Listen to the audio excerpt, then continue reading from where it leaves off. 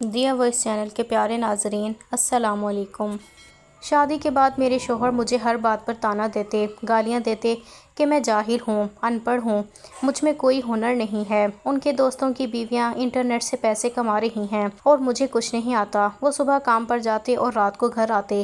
میں سارا دن گھر میں اکیلی ہوتی تھی۔ میرے پڑوس میں ایک عورت رہتی تھی جو بہت لالچی تھی۔ ایک دن میں گھر میں بیٹھی رو رہی تھی کہ وہ آ گئی اور مجھے اپنے شوہر سے چھپ کر ایک ایسا کام بتایا جس سے پیسہ ہی پیسہ کمایا جا سکتا ہے۔ اس نے کہا کہ میں نے کبھی نہیں سوچا تھا کہ شادی کے بعد میری زندگی اس رخ پر آ جائے گی جہاں ہر دن اپنے آپ کو ثابت کرنے کی کوشش میں گزرے گا اور ہر رات یہ سوچتے ہوئے آنکھ لگے گی کہ آخر میری کیا غلطی ہے۔ میرا نام شرجینا ہے اور جب سے میری شادی ہوئی تھی میں تو اپنا گھر بار چھوڑ کر اپنے شوہر کے گھر آ گئی تھی۔ دل میں بہت سے خواب تھے، یہ امید بھی تھی کہ میرا شوہر میرا سہارا بنے گا، میری کمیوں کو سمجھ کر انہیں پورا کرنے میں میری مدد کرے گا، میری کمیوں کو سمجھ کر انہیں پورا کرنے میں میری مدد کرے گا۔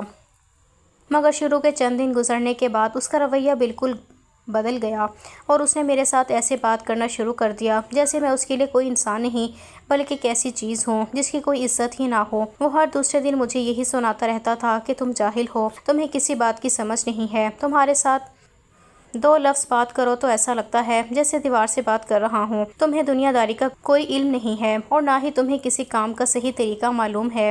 میں خاموشی سے اس کی ہر بات سن لیتی کیونکہ مجھے یہی لگتا تھا کہ شاید وقت کے ساتھ سب کچھ ٹھیک ہو جائے گا، مگر وقت کے ساتھ اس کی باتیں اور بھی زیادہ سخت ہوتی چلی گئیں اور میری خاموشی بھی پہلے سے زیادہ گہری ہوتی چلی گئی۔ میں زیادہ پڑھی لکھی نہیں تھی اور یہ بات میں نے کبھی کسی سے چھپانے کی کوشش بھی نہیں کی تھی۔ میری زندگی میں پڑھائی سے زیادہ ذمہ داریاں آ گئی تھیں۔ میں نے میٹرک بھی مکمل نہیں کیا تھا۔ اس کی وجہ میری سستی یا لاپرواہی نہیں تھی بلکہ وہ حالات تھے جنہوں نے میری پوری زندگی بدل کر رکھ دی تھی۔ میں اپنے گھر کی سب سے بڑی بیٹی تھی اور جب میرے میٹرک کے امتحان شروع ہونے والے تھے عین انہی دنوں میری امی اس دنیا سے چلی گئی تھیں۔ ان کے جانے کے بعد ہمارا پورا گھر جیسے بکھر کر رہ گیا تھا۔ میرے ابو کام پر چلے جاتے تھے اور گھر میں میری چھوٹی چھوٹی بہنیں تھیں جنہیں سنبھالنے والا کوئی نہیں تھا۔ صبح سویرے اٹھ کر کھانا بنانا، گھر صاف کرنا، بہنوں کو تیار کرنا، ان کی ہر ضرورت پوری کرنا، پھر شام تک گھر کے سارے کام نمٹانا، یہی میری زندگی بن گئی تھی۔ کتابیں ایک طرف رکھی رہ جاتی تھیں اور میں ذمہ داریوں کے بوجھ تلے دبی رہتی تھی۔ امتحان آئے تو میں تیاری ہی نہ کر سکی اور اسی وجہ سے میٹرک میں فیل ہو گئی تھی۔ اس وقت مجھے اپنی ناکامی کا اتنا دکھ نہیں ہوا تھا جتنا اس بات کا سکون تھا کہ میری بہنیں میرے ہوتے ہوئے تنہا نہیں رہیں۔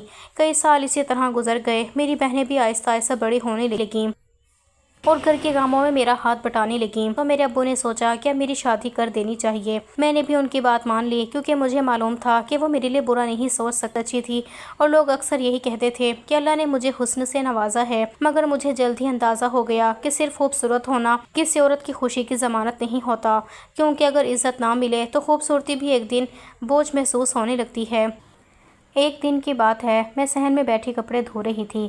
دھوپ کافی تیز تھی، میرے ہاتھ مسلسل پانی میں رہنے کی وجہ سے سکڑ گئے تھے، مگر میں جلدی جلدی کام ختم کرنا چاہتی تھی تاکہ کھانا بھی تیار کر سکوں۔ اسی دوران میرے شوہر تیز قدموں سے باہر آئے، ان کے چہرے پر گھبراہٹ صاف دکھائی دے رہی تھی۔ وہ میرے قریب آ کر بولے، میرے کپڑوں میں ایک کاغذ تھا، بہت ضروری تھا، تم نے کہیں دھو تو نہیں دیا؟ میں نے ہاتھ روک کر ان کی طرف دیکھا اور آہستہ سے کہا، دھویا تو نہیں، لیکن جیب میں کاغذ ضرور نکلا تھا، مجھے لگا بیکار ہوگا اس لیے میں نے کوڑے میں پھینک دیا تھا۔ میری بات سنتے ہی ان کے چہرے کا رنگ بدل گیا اور وہ غصے سے بولے، تم نے پھینک دیا؟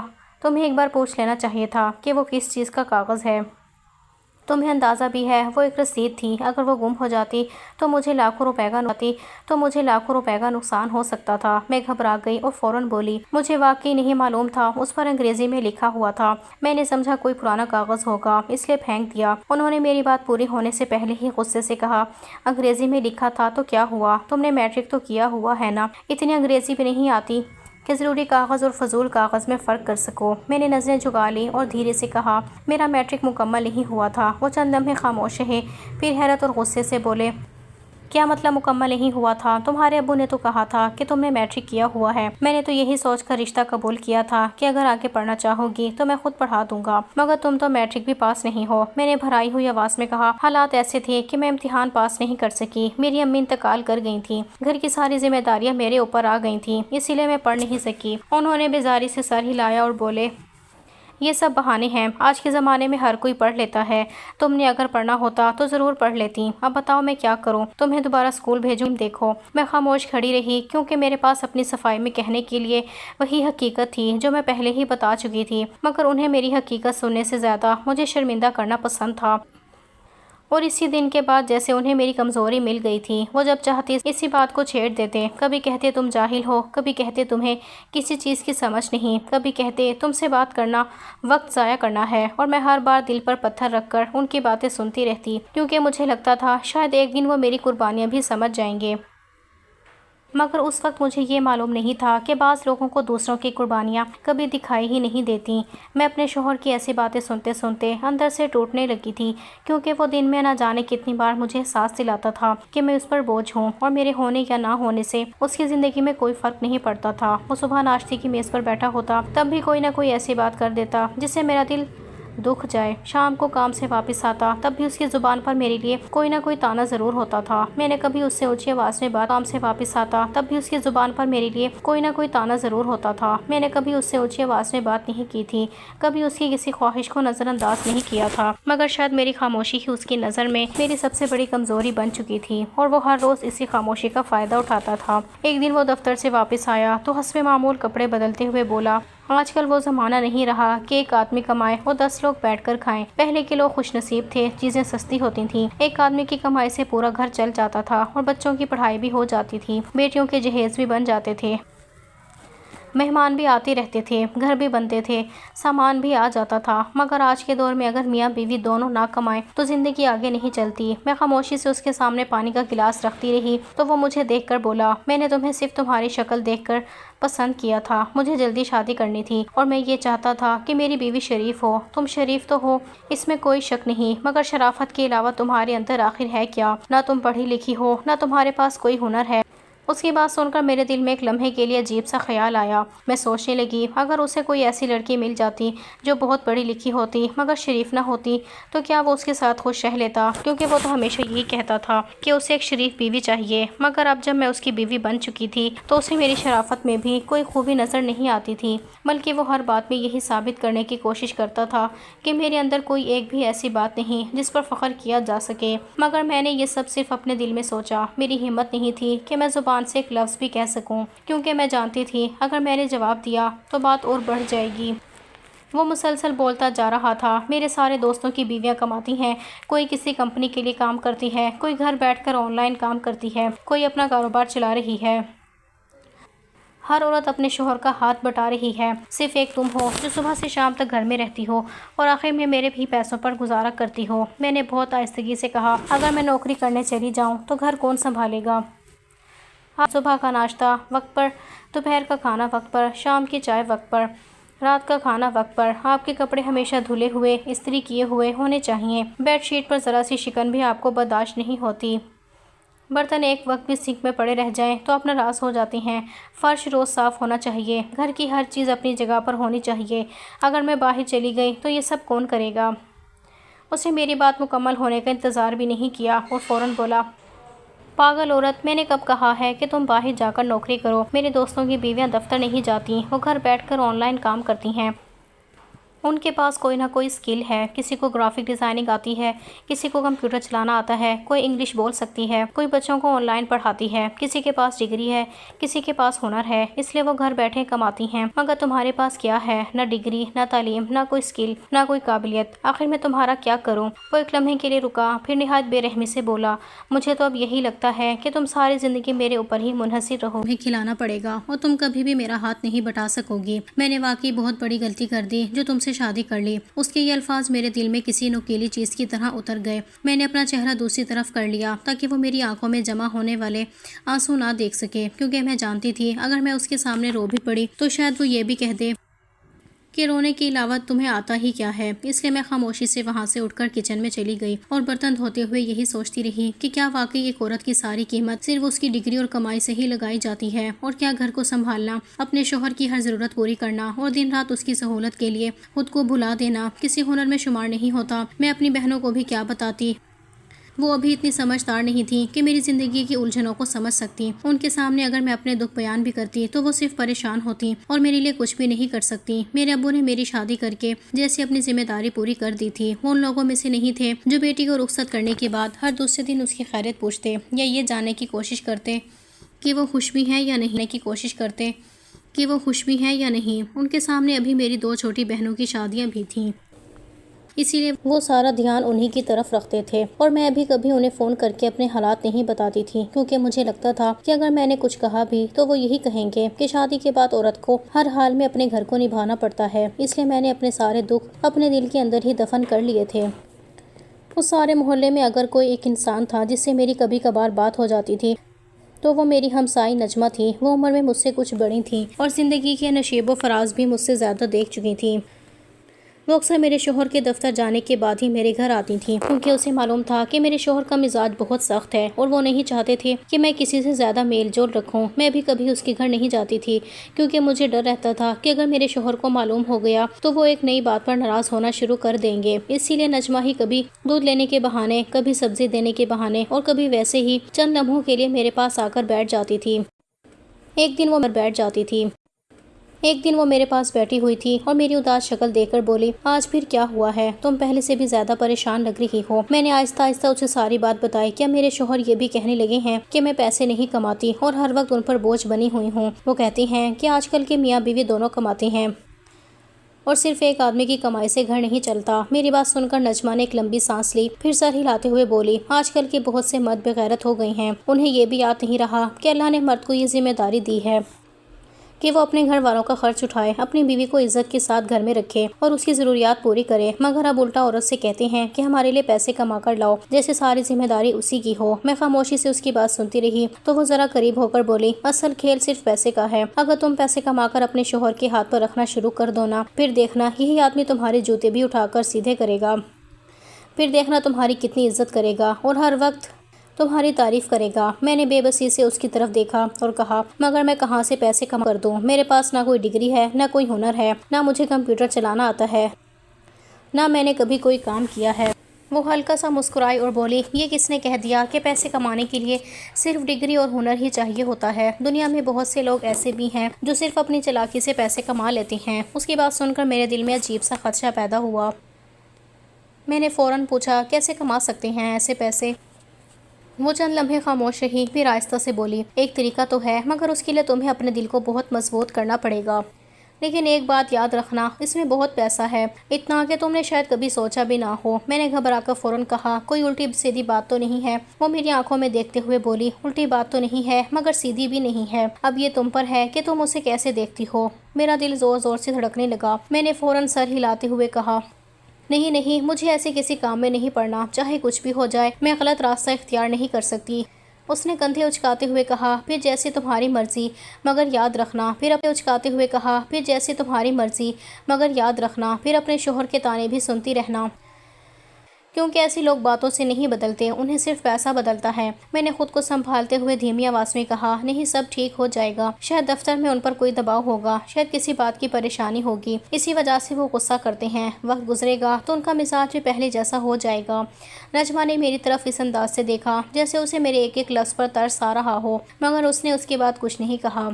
چند لمحے خاموش بیٹھی رہی، پھر اٹھ کر اپنے گھر چلی گئی، جبکہ میں دروازے پر کھڑی کافی دیر تک یہی سوچتی رہی کہ واقعی میرے شوہر صرف وقتی پریشانی کی وجہ سے بدل گئے ہیں، یا پھر میں خود ہی ایک ایسی امید سے چمٹی ہوئی ہوں جس کا حقیقت سے کوئی تعلق نہیں تھا۔ میں جتنی بھی کوشش کر لیتی، میرے شوہر کو مجھ میں کوئی ایک خوبی بھی نظر نہیں آتی تھی۔ میں نے اپنے دل میں یہ ٹھان لیا تھا کہ اگر میں اپنی محبت، اپنی خدمت اور اپنے سلیقے سے ان کا دل جیت لوں گی تو شاید ایک دن وہ بدل جائیں گے، شاید ایک دن انہیں احساس ہو جائے گا کہ ایک عورت صرف پیسہ کمانے سے ہی اچھی، گھر کو سنبھالنے سے بھی اس کی ایک قیمت ہوتی ہے۔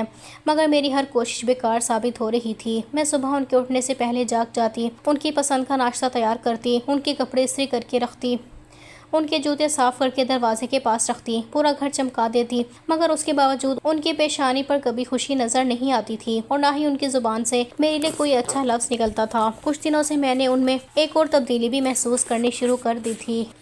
وہ ہر وقت اپنے فون میں مصروف رہنے لگے تھے۔ پہلے جب گھر آتے تھے تو مجھ سے 2-4 باتیں ضرور کرتے تھے، کبھی میرے پاس بیٹھ جاتے تھے، کبھی کھانے کی میز پر دن بھر کی باتیں ہو جاتی تھیں، مگر اب وہ گھر آتے ہی فون ہاتھ میں لے لیتے تھے، کبھی مسکراتے تھے، کبھی خاموشی سے ٹائپ کرتے رہتے تھے، اور اگر میں کسی بات کے لیے ان کے قریب جاتی تو فوراً فون بند کر دیتے تھے، جیسے مجھ سے کوئی بات چھپا رہے ہوں۔ میرے دل میں ایک عجیب سا شک پیدا ہونے لگا تھا، مجھے لگنے لگا تھا کہ شاید ان کی زندگی میں کوئی اور آ چکی ہے، کیونکہ انسان بغیر کسی وجہ کے اتنا نہیں بدلتا۔ ان کی پوری روٹین بھی بدل گئی تھی۔ پہلے وہ اگر کبھی باہر کوئی ضرور بیٹھتے تھے، کہتے تھے چلو تھوڑا سا تمہارے ساتھ بھی کھا لیتا ہوں، اور اگر میں ہمت کر کے پوچھ لیتی کہ کھانا کیسا بنا ہے تو کبھی کبھی مسکرا کر کہہ دیتے تھے اچھا ہے، آج نمک بالکل ٹھیک ہے، یا دال اچھی بنی ہے۔ ان کے یہی چند الفاظ سن کر مجھے ایسا لگتا تھا جیسے میری ساری محنت وصول ہو گئی ہو، مگر اب وہ سب ختم ہو چکا تھا۔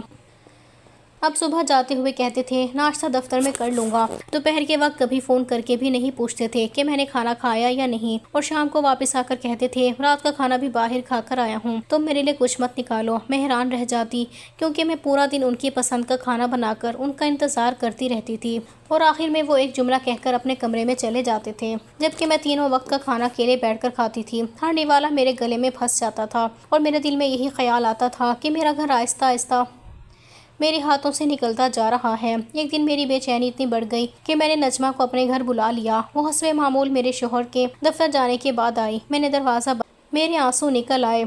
میں نے کہا کچھ کرو نجمہ، اگر اب بھی کچھ نہ ہوا تو میرا گھر برباد ہو جائے گا۔ مجھے لگتا ہے میرے شوہر مجھ سے بہت دور ہوتے جا رہے ہیں، نہ میرے ساتھ بیٹھتے ہیں، نہ کھانا کھاتے ہیں، نہ بات کرتے ہیں، ہر وقت فون میں لگے رہتے ہیں۔ مجھے ڈر لگ رہا ہے کہ کہیں ان کی زندگی میں کوئی اور عورت نہ آ گئی ہو۔ نجمہ نے خاموشی سے میری بات سنی، پھر کچھ دیر سوچتی رہی، اس کے بعد آہستہ سے بولی ایک کام ہے، اگر وہ ہو جائے تو شاید تمہارا مسئلہ بھی حل ہو جائے گا۔ میں نے فوراً اس کی طرف دیکھا اور کہا کون سا کام؟ وہ بولی ایک جگہ پیسے انویسٹ کرنے ہوتے ہیں، بس ایک دفعہ پیسے لگ جاتے ہیں پھر ہر مہینے منافع آنا شروع ہو جاتا ہے۔ میں نے حیرت سے پوچھا کیسا منافع؟ وہ اعتماد سے بولی اتنا کہ تمہیں ہر مہینے 45,000 روپے آرام سے ملیں گے۔ پھر اپنے شوہر سے کہنا کہ میں نے بھی آن لائن کام سیکھ لیا ہے، وہی کرتی ہوں، تم بس فون ہاتھ میں پکڑ کر بیٹھی رہنا اور ہر مہینے اس کے ہاتھ پر 45,000 روپے رکھ دینا، پھر دیکھنا وہ تمہاری کتنی عزت کرتا ہے اور کیسے تمہارے آگے پیچھے گھومتا ہے۔ میں نے بھی یقینی سے پھر دیکھنا وہ تمہاری کتنی عزت کرتا ہے اور کیسے تمہارے آگے پیچھے گھومتا ہے۔ میں نے بھی یقینی سے اس کی طرف دیکھا اور کہا مگر میرے پاس اتنے پیسے کہاں ہیں؟ میرے پاس تو صرف 7-8 ہزار روپے ہیں جو میرے شوہر نے کبھی کبھی جیب خرچ کے لیے دیے تھے۔ وہ فوراً بولی 7-8 ہزار سے کچھ نہیں ہوگا، کم سے کم 3 یا 4 لاکھ روپے ہونے چاہیے، تب جا کر بات بنے گی۔ میری سانس جیسے رک گئی۔ میں نے پریشانی سے کہا 3-4 لاکھ روپے میں کہاں سے لے کر آؤں؟ میرے پاس تو اتنی بڑی رقم کا تصور بھی نہیں ہے۔ نجمہ نے میری آنکھوں میں دیکھتے ہوئے نہایت ٹھنڈے لہجے میں کہا اگر واقعی تم اپنا گھر بچانا چاہتی ہو تو پھر کچھ کرنا پڑے گا، کیونکہ بغیر خطرہ اٹھائے کوئی فائدہ نہیں ملتا۔ میں نے گھبرا کر پوچھا مگر آخر کیا کروں؟ اس نے ہلکی سی مسکراہٹ کے ساتھ کہا وہ میں تمہیں سوچ کر بتاؤں گی، مگر ایک بات یاد رکھنا، اگر تم میں ہمت نہیں ہوئی تو پھر نہ پیسے آئیں گے اور نہ ہی تمہارا شوہر کبھی بدلے گا۔ میں کئی دن تک نجمہ کی باتوں کے بارے میں سوچتی رہی۔ وہ بار بار میرے ذہن میں یہی بات ڈال چکی تھی کہ اگر میرے پاس زندگی بھی پہلے جیسی ہو جائے گی۔ میں ہر روز یہی سوچتی تھی کہ شاید یہی وہ راستہ ہے جس سے میں اپنا گھر بچا سکتی ہوں، کیونکہ مجھے لگنے لگا تھا کہ اگر میں نے کچھ نہ کیا تو ایک دن میرا شوہر واقعی مجھے چھوڑ دے گا۔ ایک دن نجمہ پھر میرے پاس آئی اور آتے ہی بولی زیادہ وقت نہیں ہے، صرف 1 مہینہ ہے تمہارے پاس، اگر اس عرصے میں پیسے جمع کر کے مجھے دے دیے تو تمہارا کام بھی ہو جائے گا، ورنہ پھر یہ اسکیم ختم ہو جائے گی اور بعد میں تم لاکھ کوشش کرنا کوئی فائدہ نہیں ہوگا۔ میں اس کی باتیں پوری توجہ سے سنتی رہی، کیونکہ اس وقت مجھے وہ سب کچھ سچ لگ رہا تھا جو وہ کہہ رہی تھی۔ میرے دل میں صرف ایک یہی خواہش تھی کہ کسی طرح میرے ہاتھ میں ہر مہینے کچھ پیسے آنے لگیں تاکہ میرا شوہر مجھ سے خوش ہو جائے اور مجھے وہ عزت مل جائے جس کے لیے میں اتنے عرصے سے ترس رہی تھی۔ اتفاق سے انہی دنوں میرے شوہر ایک شام گھر آئے تو ان کے ہاتھ میں ایک کالا سا بیگ تھا۔ انہوں نے کمرے کا دروازہ بند کیا، پھر بیگ کھول کر اس میں سے نوٹوں کی گڈیاں نکالی۔ میں حیرت سے انہیں دیکھتی رہ گئی۔ انہوں نے سارے پیسے گن کر الماری کے اندر رکھ دے کر بولے یہ 4 لاکھ روپے ہیں، کسی کی امانت ہے، صرف 1 ہفتے کے لیے میرے پاس رکھوائے ہیں۔ میں انہیں الماری میں رکھ رہا ہوں، تم ان کا خاص خیال رکھنا۔ 1 ہفتے بعد مالک کو پیسے واپس دینے ہیں، ان پیسوں کو ہاتھ بھی مت لگانا۔ میں نے فوراً سر ہلا دیا اور کہا آپ بے فکر رہیں، میں ان کا خیال رکھوں گی۔ انہوں نے الماری بند کی، چابی اپنی جگہ رکھی اور معمول کے مطابق اپنے کاموں میں لگ گئے، مگر میرے ذہن میں وہ 4 لاکھ روپے جیسے تصویر بن کر رہ گئے تھے۔ ایک طرف نجمہ کی باتیں تھیں، دوسری طرف میرے شوہر کے روز روز کے طعنے تھے، اور انہی دنوں کے درمیان میرا دل بری طرح الجھ چکا تھا۔ چند دن بعد ہماری ایسی لڑائی ہوئی جسے یاد کر کے آج بھی میرا دل کانپ جاتا ہے۔ اس دن بھی وہ دفتر سے غصے میں واپس آئے تھے۔ میں نے کھانا میز پر لگا دیا، مگر انہوں نے ایک نظر بھی نہیں دیکھی اور فوراً بولنے لگے تمہارا کوئی فائدہ نہیں، تم میرے کس کام کی ہو، نہ تم کماتی ہو، نہ تمہارے پاس کوئی عقل ہے، نہ کوئی ہنر ہے، اور اوپر سے ابھی تک ہماری اولاد بھی نہیں ہوئی۔ میں نے اپنی زندگی کی سب سے بڑی غلطی تم سے شادی کر کے کی ہے۔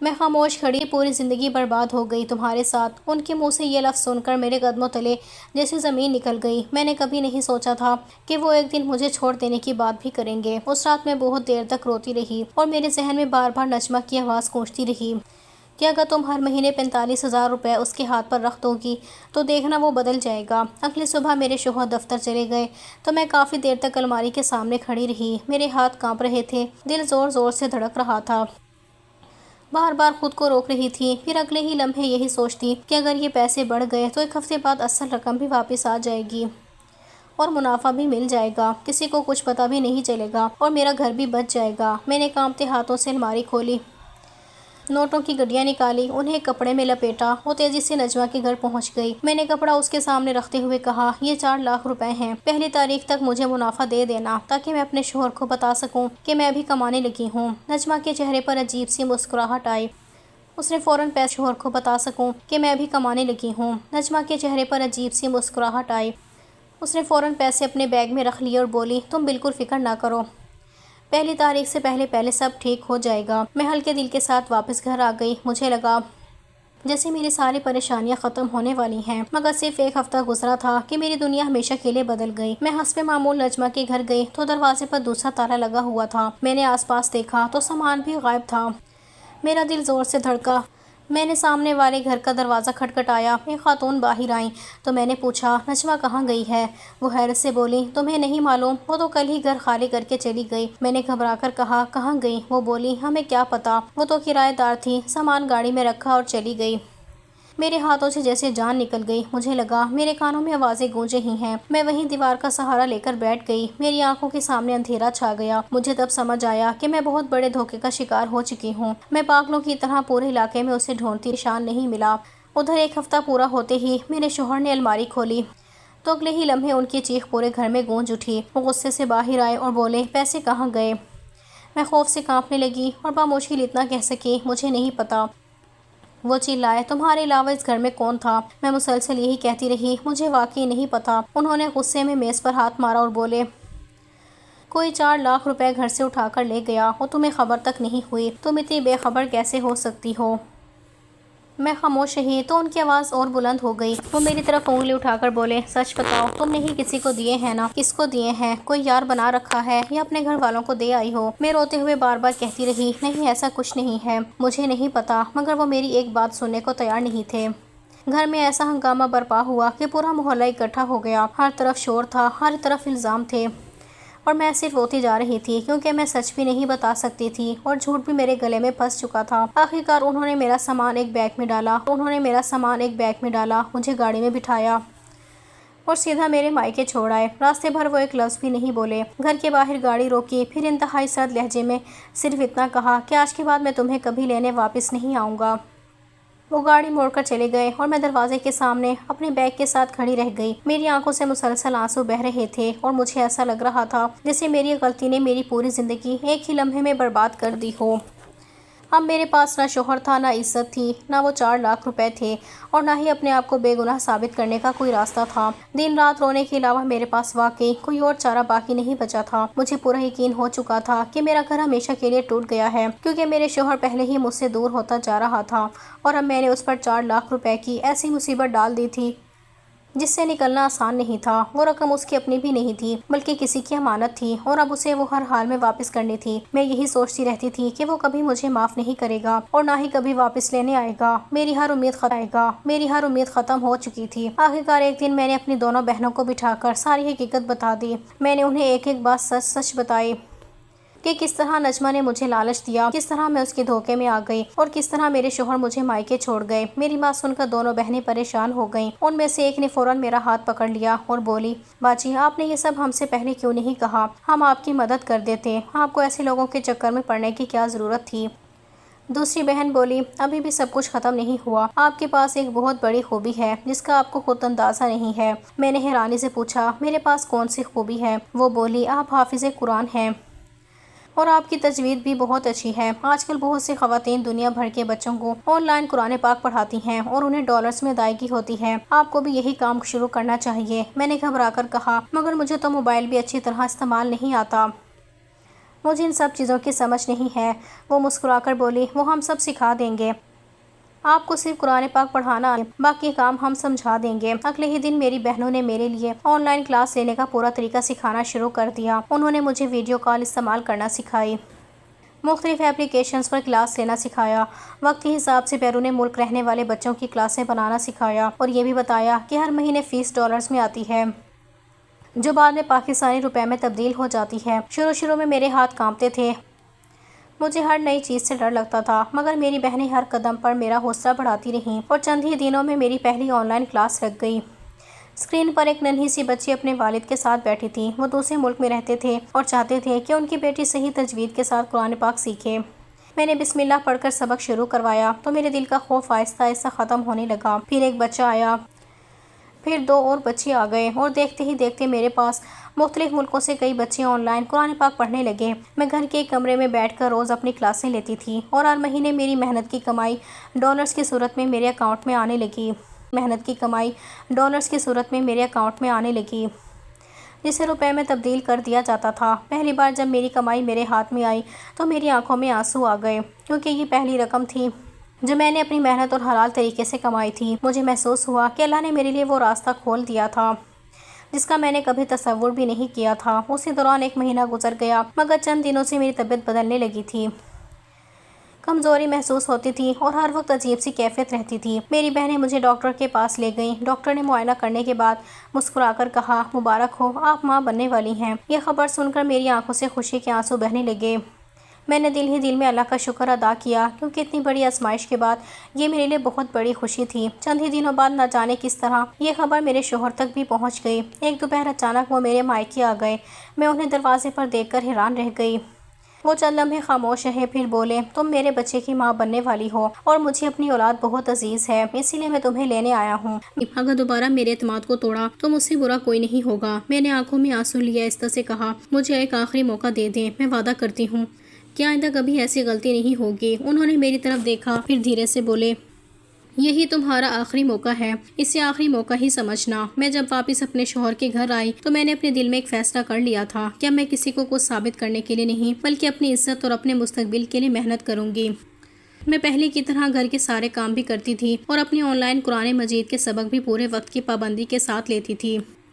میری کلاسوں کا وقت زیادہ تر بیرون ملک رہنے والے خاندانوں کے حساب سے ہوتا تھا، اسی لیے کبھی صبح سویرے کلاس ہوتی تو کبھی رات کو، مگر میں ہر حال میں اپنا وعدہ پورا کرتی تھی، کیونکہ اب یہ صرف ایک کام نہیں رہا تھا بلکہ میری نئی زندگی بن چکا تھا۔ میری پہلی کمائی جب ڈالرز کی صورت میں میرے اکاؤنٹ میں آئی تو میں نے انہیں فوراً خرچ نہیں کیا تھا، میں نے وہ رقم سنبھال کر رکھ دی تھی، کیونکہ میرے دل میں ہر وقت یہی خیال رہتا تھا کہ میں نے اپنے شوہر کا جو نقصان کیا تھا ایک دن وہ مجھے ضرور پورا سنبھال کر رکھ دی تھی، کیونکہ میرے دل میں ہر وقت یہی خیال رہتا تھا کہ میں نے اپنے شوہر کا جو نقصان کیا تھا ایک دن وہ مجھے ضرور پورا کرنا ہے۔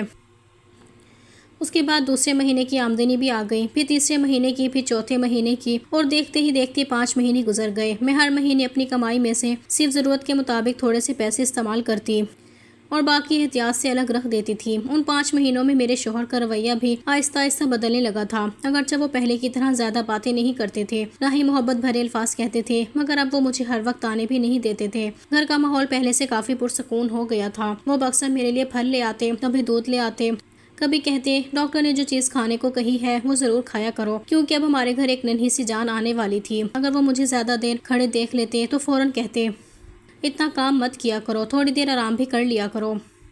میں حیران رہ جاتی، کیونکہ یہی انسان پہلے مجھے ایک لمحہ آرام کرتے دیکھ لیتا تو کہتا تھا تم سارا دن کرتی ہی کیا ہو، اور آج وہ خود مجھے آرام کرنے کا انتظار کر رہی تھی۔ میں اپنے کمرے میں گئی، جہاں میں نے بڑی احتیاط سے اپنی کمائی سنبھال کر رکھی ہوئی تھی۔ میں نے سارے ڈالر ایک لفافے میں رکھے اور انہیں ہاتھ میں لے کر اپنے شوہر کے پاس چلی گئی۔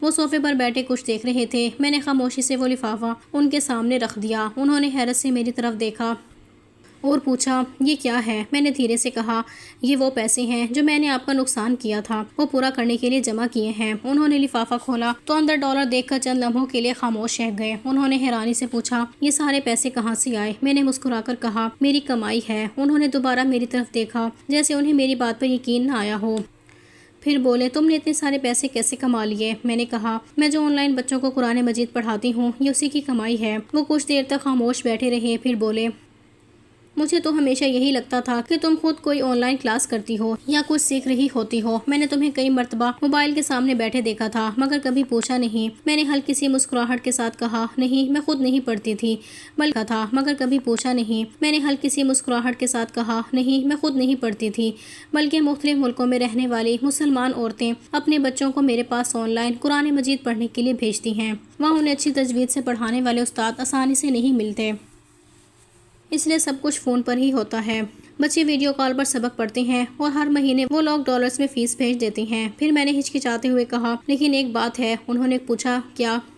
میں نے کہا اگر ممکن ہو تو میرے لیے ایک اچھا موبائل لے دیں، میرا فون بہت پرانا ہو گیا ہے، کبھی آواز صاف نہیں آتی، کبھی کلاس کے دوران سگنل چلے جاتے ہیں، کبھی ویڈیو رک جاتی ہے، مجھے ڈر لگتا ہے کہیں طالب علم مجھ سے ناراض نہ ہو جائیں۔ انہوں نے فوراً پوچھا تم نے یہ سارے پیسے کتنے عرصے میں کمائے ہیں؟ میں نے جواب دیا 5 مہینے میں۔ وہ جیسے ایک دم چونک گئے۔ انہوں نے حیرت سے کہا صرف 5 مہینوں میں 4 لاکھ روپے؟ میں نے آہستہ سے سر ہلا دیا۔ وہ چند لمحے میری طرف دیکھتے رہے، پھر ان کے چہرے پر پہلی بار فخر جیسا احساس نظر آیا۔ وہ بولے تم تو واقعی بہت اچھی نکلی، پھر پیسے واپس رکھ لو۔ میں نے حیرانی سے پوچھا کیوں؟ وہ بولے تم نے جس رقم کا نقصان کیا تھا وہ میں نے بہت پہلے کہیں نہ کہیں سے پورا کر دیا تھا، اب مجھے ان پیسوں کی ضرورت نہیں ہے، یہ تمہاری محنت کی کمائی ہے، اسے سنبھال کر رکھو، یہ ہمارے ہی گھر کے کام آئیں گے۔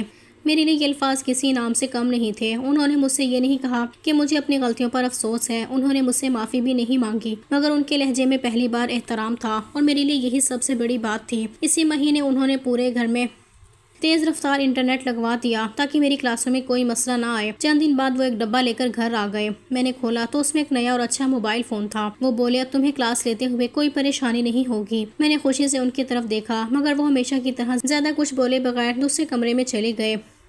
میں جانتی تھی کہ کچھ لوگ اپنی محبت لفظوں سے نہیں بلکہ اپنے عمل سے ظاہر کرتے ہیں۔ وقت گزرتا گیا، میرا عمل بھی آخری مہینوں میں داخل ہو گیا تھا۔ میں اپنی کلاسیں بھی لیتی تھی اور گھر کا کام بھی کرتی تھی، مگر اب میرے شوہر خود میرا خیال رکھتے تھے۔ اگر میں زیادہ دیر کھڑی رہتی تو کہتے بیٹھ جاؤ، اگر میں نے وقت پر کھانا نہ کھایا ہوتا تو خود یاد دلاتے، اگر ڈاکٹر کے پاس جانا ہوتا تو دفتر سے چھٹی لے لیتے۔ پھر وہ دن بھی آ گیا جس کا ہم دونوں کئی مہینوں سے انتظار کر رہے تھے۔ ایک رات اچانک میری طبیعت خراب ہوئی، میرے شوہر گھبرا گئے، انہوں نے فوراً گاڑی نکالی اور مجھے ہسپتال لے گئے۔ راستے بھر وہ خاموش تھے مگر ان کی آنکھوں میں صاف پریشانی دکھائی دے رہی تھی۔ کچھ گھنٹوں بعد اللہ کے فضل سے ہمارے ہاں ایک صحت مند بیٹے کی پیدائش ہوئی۔ میرے شوہر نے پہلی بار اپنے بیٹے کو گود میں لیا تو ان کی آنکھیں نم ہو گئیں۔ وہ بار بار اس کے ننھے سے چہرے کو دیکھتے رہے اور پھر میری طرف دیکھ کر ہلکی سی مسکراہٹ دی۔ میں نے اپنے بچے کے لیے جو کپڑے، جو کمبل اور جو ضروری سامان خریدا تھا وہ سب اپنی محنت کی کمائی سے خریدا تھا۔ اس لمحے مجھے اپنی کمائی پر پہلے سے بھی زیادہ فخر محسوس ہوا، کیونکہ میں نے نہ صرف اپنے شوہر کا اعتماد دوبارہ جیت لیا تھا بلکہ اپنی محنت سے اپنے بچے کی ابتدائی تمام اخراجات بھی خود اٹھائے تھے۔ اس دن مجھے احساس ہوا کہ تعلیم کبھی ضائع نہیں جاتی اور نہ ہی کوئی ہنر چھوڑنا سچی ہو اور انسان اللہ پر بھروسہ رکھے تو وہی کمزور سمجھا جانے والا انسان ایک دن اپنی عزت بھی کما لیتا ہے اور دوسروں کی عزت بھی حاصل کر لیتا ہے۔ آخر میں بس یہی کہنا چاہوں گی کہ واقعی ایک عورت کے لیے تعلیم بہت ضروری ہے، چاہے وہ دین کی تعلیم ہو یا دنیا کی تعلیم، کیونکہ علم کبھی ضائع نہیں جاتا اور ایک نہ ایک دن ضرور انسان کے کام آتا ہے۔ اگر ایک عورت کے اندر ہمت ہو، محنت کرنے کا جذبہ ہو اور اللہ پر بھروسہ ہو تو وہ اپنی صلاحیتوں کو استعمال کر کے عزت کے ساتھ روزی بھی کما سکتی ہے اور اپنے گھر والوں کا سہارا بھی بن سکتی ہے۔ میں آج بھی بچوں کو آن لائن قرآن مجید پڑھاتی ہوں اور اگر کبھی چاہوں تو اپنے گھر پر بھی بچوں کو قرآن مجید کی تعلیم دے سکتی ہوں، کیونکہ اللہ نے مجھے یہ سعادت عطا کی ہے۔ میرے شوہر واقعی آج مجھ سے خوش رہتے ہیں۔ ہمارے درمیان پہلے جیسے جھگڑے اب بالکل نہیں ہوتے۔ انہوں نے بھی میری محنت کی قدر کرنا سیکھ لیا ہے اور میں نے بھی زندگی کے مشکل سبقوں سے بہت کچھ سیکھ لیا ہے۔ آج حالت یہ ہے کہ مجھے اپنے کسی بھی خرچے کے لیے اپنے شوہر سے پیسے لینے کی ضرورت نہیں پڑتی۔ میں اپنی محنت سے اپنا گھر بھی چلاتی ہوں۔ اللہ نے ایسی برکت رکھی ہے کہ جتنا وقت گزرتا جا رہا ہے اتنا ہی میرا کام بڑھتا جا رہا ہے۔ بیرون ملک میں رہنے والی بہت سی مائیں میرے پڑھانے کے انداز سے خوش ہو کر طے شدہ فیس سے بھی زیادہ رقم بھیج دیتی ہیں۔ میں ہر بار دل سے ان کے لیے دعا کرتی ہوں اور اللہ کا شکر ادا کرتی ہوں کہ اس نے مجھے حلال رزق کا اتنا خوبصورت ذریعہ عطا فرمایا۔ آج میں اپنے بیٹے کی ہر ضرورت اپنی کمائی سے پوری کر سکتی ہوں، اس کے لیے اچھے کپڑے خرید سکتی ہوں، اس کے لیے اچھی تعلیم کا خواب دیکھ سکتی ہوں، اس کی ہر خوشی پوری کرنے کی استطاعت رکھتی ہوں۔ سب سے بڑی بات یہ ہے کہ آج مجھے اپنے اندر پہلے سے کہیں زیادہ اعتماد محسوس ہوتا ہے۔ اب مجھے کسی کے تانے نہیں توڑ سکتے، کیونکہ میں جانتی ہوں کہ محنت کرنے والا انسان کبھی کمزور نہیں ہوتا۔ آج میری چھوٹی بہن کی شادی کی تیاریاں بھی شروع ہو چکی ہیں اور مجھے پوری امید ہے کہ اللہ کے فضل سے اس کا سارا جہیز میں اپنی محنت کی کمائی سے تیار کروں گی۔ شاید یہی میری زندگی کا سب سے بڑا سکون ہے کہ ایک وقت تھا جب میں خود کو دوسروں پر بوجھ سمجھنے لگی تھی اور آج اللہ نے مجھے دوسروں کا سہارا بننے کی توفیق دے دی ہے۔ میری دعا ہے کہ اللہ ہر بیٹی کو علم عطا فرمائے، ہر عورت کو عزت کے ساتھ جینے کا فرمائے، ہر گھر میں محبت قائم رکھے اور کسی کو بھی میری جیسی آزمائش سے نہ گزارے۔ آمین۔